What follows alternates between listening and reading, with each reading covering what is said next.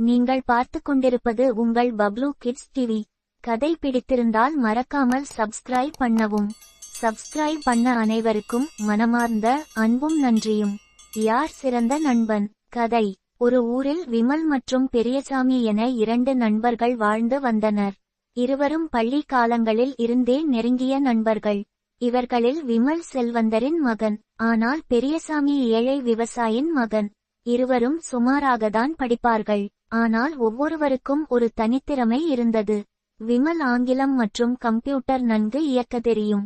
பெரியசாமிக்கு கணிதம் மற்றும் சிறந்த பேச்சாற்றல் கொண்டவனாக இருந்தான். இருவரும் பள்ளி மற்றும் கல்லூரி படிப்பை ஒன்றாக படித்தனர். முதுகலை படிப்பு மட்டும் தனித்தனியாக வேறு வேறு கல்லூரிகளில் படிப்பை முடித்தனர்.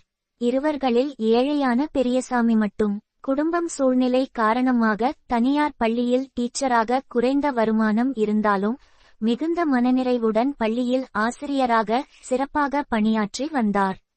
அதே சமயம் விமலோ மேலும் மேற்படிப்புக்கு வெளியூர் சென்று படித்தான். இப்படி இருவருக்குமான நட்பு கொஞ்சம் கொஞ்சமாக குறையத் தொடங்கியது. 4 வருடம் கழிந்தது. வசதி படைத்த விமலுடைய தந்தை ஒரு நாள் விமலுக்கு திருமணம் ஏற்பாடு செய்ய பெண் பார்க்க சென்றார்கள். அங்கு விமலுக்கு பெண்ணை ரொம்ப பிடித்துவிட்டனர்.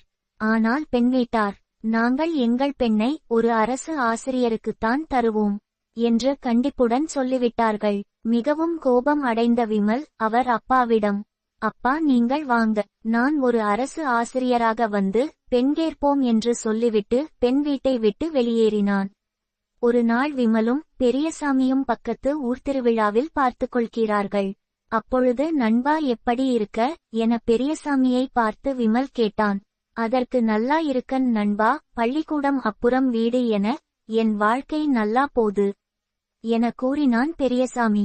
உடனே விமல் உனக்கு எவ்வளவு சம்பளம் தராங்க என கேட்க, பெரியசாமியோ கம்மியாதான் வாங்குறன், அதுக்குதான் திருமணம், ஆனால் வீட்டு செலவுக்கு போதாதுன்னு காதலிக்கும் பெண்ணை கூட திருமணம் பண்ணாம தள்ளி போட்டு வரன் என சொல்லி முடித்தான் பெரியசாமி.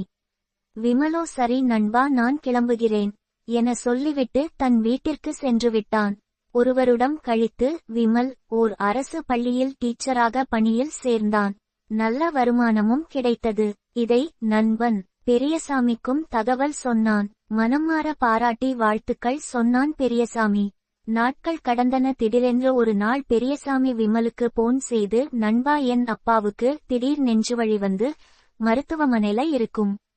செலவுக்கு 50,000 மட்டும் கொஞ்சம் தேவை, ரெடி பண்ண முடியுமா என்று கேட்க, விமலோ அவ்வளவு பணம் உன்னால் எப்படி திருப்பி தர முடியும்? நீயோ குறைவான சம்பளம் வாங்கற, எப்படி உன்னால் திருப்பி தர முடியும் என தர மறுத்துவிடுகிறான் விமல். உடனே பெரியசாமி கோபம் கொள்ளாமல் தன் உடன் பணிபுரியும் ஆசிரியர்களின் உதவியுடன் தந்தையை காப்பாற்றினான். விமலுடைய திருமண வேலை மீண்டும் ஆரம்பித்து அதே பெண்ணை பார்க்க செல்கிறார்கள். விமல் குடும்பத்தினர் பெண் வீட்டாரை பார்த்து, நீங்கள் கேட்ட மாதிரி ஆசிரியர் வேலையுடனே வந்துவிட்டோம், போதுமா என ஆணவ குரலில் கூறினார்கள். பெண் வீட்டரோ சரிங்க, எங்கள் குடும்பத்தில் கலந்து பேசிவிட்டு தகவல் சொல்றோம் என சொல்லி வழி அனுப்பி வைத்தனர். பிறகு பெண்ணின் அப்பா பெண்ணை பார்த்து, என்னம்மா உனக்கு பிடித்திருக்கா என கேட்க, பெண்ணோ இல்லை அப்பா, நான் வேலை செய்யும் பள்ளியில் பெரியசாமி என்பவரை மனதார இருவரும் விரும்புகிறோம், நான் அவரைதான் திருமணம் பண்ணிப்பேன் என அவள் அப்பாவிடம் கூறினாள். தந்தையோ இங்க பாருமா, அவன் குடும்பம் வசதி இல்லை, விவசாய குடும்பம், நீ போய் அங்கு சாணிதான் வாரணும், அவனுக்கு என்ன தகுதி இருக்கு, நீ ஒரு டீச்சர், நான் அறிவுரை கூற வேண்டிய அவசியம் இல்லை என சொல்லிவிட்டு வெளியே சென்று விட்டார். மறுநாளோ பெரியசாமியிடம் அந்த பெண் நேற்று நடந்ததை அனைத்தும் கூற, அதற்கு பெரியசாமி, இல்லை நீங்கள் செய்தது தவறு. விமல் என்னுடைய நண்பன்தான், மிகவும் நல்லவன் மற்றும் செல்வந்தன், நீங்கள் அவனை திருமணம் செய்வதுதான் நல்லது என கூறினான் பெரியசாமி. உடனே அந்த பெண், உங்களை தவிர வேறு யாரையும் நான் திருமணம் செய்ய மாட்டேன் என உறுதியாக கூறினாள் அந்த பெண். அப்பொழுதும் பெரியசாமி விடாமல், நீங்கள் உண்மையாக என்னை விரும்பினால் என் நண்பன் விமலை திருமணம் செய்து கொள்ளுங்கள், நான் நாளை முதல் பள்ளிக்கு வரமாட்டேன், மேற்படிப்பிற்கு டெல்லிக்கு செல்கிறேன் என்று சொல்லிவிட்டு சென்றுவிட்டான் பெரியசாமி. 2 வருடம் கழித்து சொந்த ஊருக்கு பணியில் சேர வருகிறான் பெரியசாமி. அப்பொழுது வழியில் அவனது நண்பன் விமலை சந்திக்கிறான். அப்பொழுது விமல் திருமணம் நடந்து வேறு ஒரு பெண்ணுடன் இருந்து கொண்டு பெரியசாமியை பார்த்து, நண்பா, இவள் என் மனைவி, என்னுடைய மாமன் மகள் என்றான். அதற்கு பெரியசாமி, நண்பா, நீ முதலில் ஒரு டீச்சரை பெண் பார்த்தாய் அல்லவா, என்ன ஆச்சு என்று கேட்டான். அதற்கு விமல், அந்த பெண் வேறொருவனை விரும்புகிறேன் என்று சொன்னாள். சரி என்று அந்த பெண்ணை நான் திருமணம் செய்யவில்லை என்றான் விமல். உடனே விமல், உன்னை பார்த்து பல வருடங்கள் ஆச்சு, வேலைக்கு போறியா, திருமணம் ஆச்சா என திமிராக கேட்டான் விமல். அதற்கு பெரியசாமி, நான் நாளைக்கு ஒரு புதிய வேலையில சேர போறேன், நீயும் அங்கு வா என்று சொல்லிவிட்டு தன் ஆபீஸ் முகவரியை கொடுத்துவிட்டு வேலை செய்த பள்ளிக்கு புறப்பட்டான் பெரியசாமி. உடனே பள்ளிக்கு உள்ளே சென்றான். அங்கு அந்த பெண் வகுப்பறையில் இருந்தால் திருமணம் ஆகாமல். உடனே பெரியசாமியை பார்த்தவும் ஓடி வந்து கட்டி பிடித்துக் கொண்டாள். அந்த சமயத்தில் அவர் தந்தையும் அங்கு வந்தார்.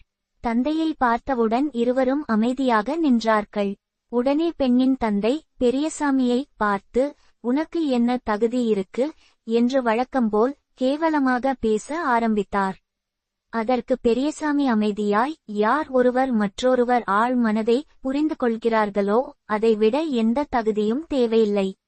இருந்தாலும் நீங்கள் கேட்ட அந்த தகுதி உடையவனாக இப்போது நான் இருப்பேன் என நினைக்கிறேன். கேளுங்கள், நான் இன்று முதல் இம்மாவட்ட கலெக்டர். நாளை பணியில் சேரதான் தற்போது வந்தேன். இந்த தகுதி போதுமா என சொன்னான் பெரியசாமி. அதை கேட்டு வாயடைத்து போனர் பெண்ணின் தந்தை. உடனே மகிழ்ச்சியுடன் அடுத்த வாரமே திருமணம் நடந்தது. விமலும் தன் பணக்கார திமிரை விட்டு மனம் திருந்தினான். பிறகு அனைவரும் ஒன்று சேர்ந்து மகிழ்ச்சியாக வாழ்ந்தனர். நன்றி.